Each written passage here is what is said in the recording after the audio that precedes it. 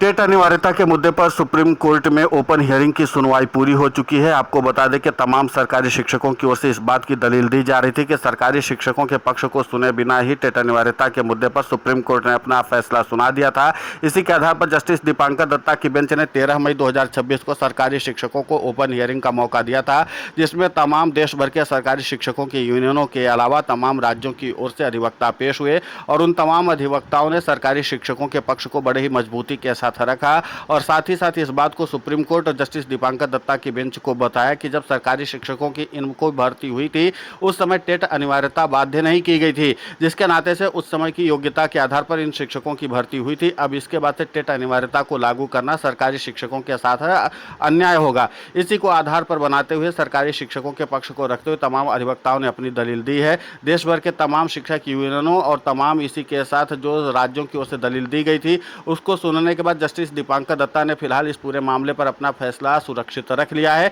लेकिन इतना तय माना जा रहा है कि जिस तरीके से जस्टिस दीपांकर दत्ता ने इस पूरे मामले पर अपना रुख दिखाते हुए इस बात को साफ कर दिया है कि उन्होंने क्रॉस क्वेश्चनिंग में कहा कि क्या आप लोग चाहते हैं कि सरकारी शिक्षकों के जरिए बच्चों के भविष्य के साथ खिलवाड़ किया जाए। इसी के साथ उन्होंने एक और क्वेश्चन उठाया कि क्या आरटीई एक्ट को खत्म कर दिया जाए, जबकि सरकारी शिक्षकों के अधिवक्ताओं की ओर से दलील दी जा रही कि आप आरटीई एक्ट को मत खत्म करिए, लेकिन जिन शिक्षकों की भर्ती पहले हुई थी और उनके लिए टेट अनिवार्यता बाध्य नहीं की गई थी, लेकिन अब उसके आधार पर टेट अनिवार्यता बाध्य की जा रही है, तो इसके नाते से सरकारी शिक्षकों का भी भविष्य अब अधर में अटकता हुआ नजर आ रहा है। अब ऐसे में देखना दिलचस्प होगा कि आगे सुप्रीम कोर्ट में जस्टिस दीपांकर दत्ता कब अगली सुनवाई की तारीख मुकर्रर करते हैं। और सबसे अहम बात है कि जिस तरीके से सरकारी शिक्षकों की ओर से दलील दी गई है, क्या जस्टिस दीपांकर दत्ता उससे प्रभावित होते हैं या नहीं होते हैं, क्योंकि जाहिर सी बात है कि जिस तरीके से उनका रुख था वो साफ तौर पर इस बात को इजहार कर रहा था कि आगे चल करके सरकारी शिक्षकों को और भी ज़्यादा दलील और तथ्यों को अपने प्रमुखता के आधार पर रखने की ज़रूरत है। और एक और महत्वपूर्ण बात यह है कि जिस तरीके से आरटीई एक्ट को लेकर के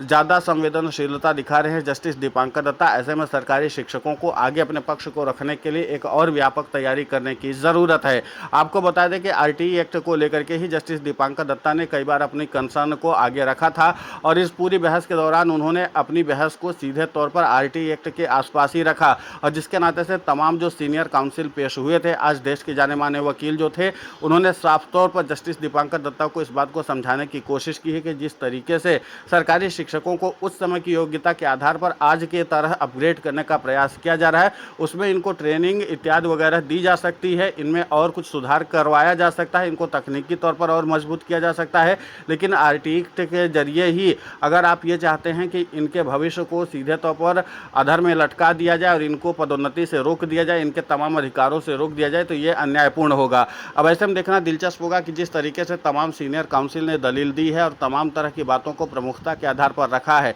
क्या सुप्रीम कोर्ट और जस्टिस दीपांकर दत्ता इस पूरे मामले पर एक बार फिर से गहनता से विचार करते हैं। अब सबको इंतजार है कि जो सुप्रीम कोर्ट की ओर से जस्टिस दीपांकर दत्ता की बेंच की ओर से यह फैसला सुरक्षित रखा गया है, इस सुरक्षित फैसले पर क्या आगे निर्णय लिया जाता है और क्या अगली तारीख मुकर्रर की जाती है। इन तमाम विषयों को लेकर के सरकारी शिक्षकों की सांसें अटकी हुई है। लेकिन इतना तय माना जा रहा है कि जो आरटीई एक्ट है उसको लेकर के जस्टिस दीपांकर दत्ता कोई कॉम्प्रोमाइज़ करने के लिए तैयार नहीं है और इसलिए अपने पूरी बहस को उन्होंने आरटीई एक्ट के आसपास ही रखा है। और जिस तरीके से तमाम सीनियर काउंसिल ने तमाम राज्यों के यूनियनों की ओर से अपने पक्ष को रखा है, तमाम सीनियर काउंसिल थे, जूनियर काउंसिल थे और उन तमाम काउंसिल के बयानों को प्रमुखता के आधार पर सुना है जस्टिस दीपांकर दत्ता ने और सभी लोगों ने अपनी बातों को प्रमुखता के आधार पर अपने तमाम विषयों को आगे बढ़ाने का प्रयास किया है। अब ये फैसला सुरक्षित रखा गया। सुरक्षित फैसला क्या सरकारी शिक्षकों के भविष्य को सुरक्षित रख पाएगा, ये अपने आप में देखने लायक बात होगी। फिलहाल इस पूरे घटनाक्रम को लेकर के आपकी प्रतिक्रिया बहुत महत्वपूर्ण होती है, आप हमें कमेंट करके जरूर बताएं। साथ ही इस पूरे मुद्दे को लेकर के हम बहुत ही प्राथमिकता के आधार पर खबरें चला रहे हैं। आप हमारे चैनल को सब्सक्राइब करें, खबर को ज़्यादा से ज़्यादा शेयर करें।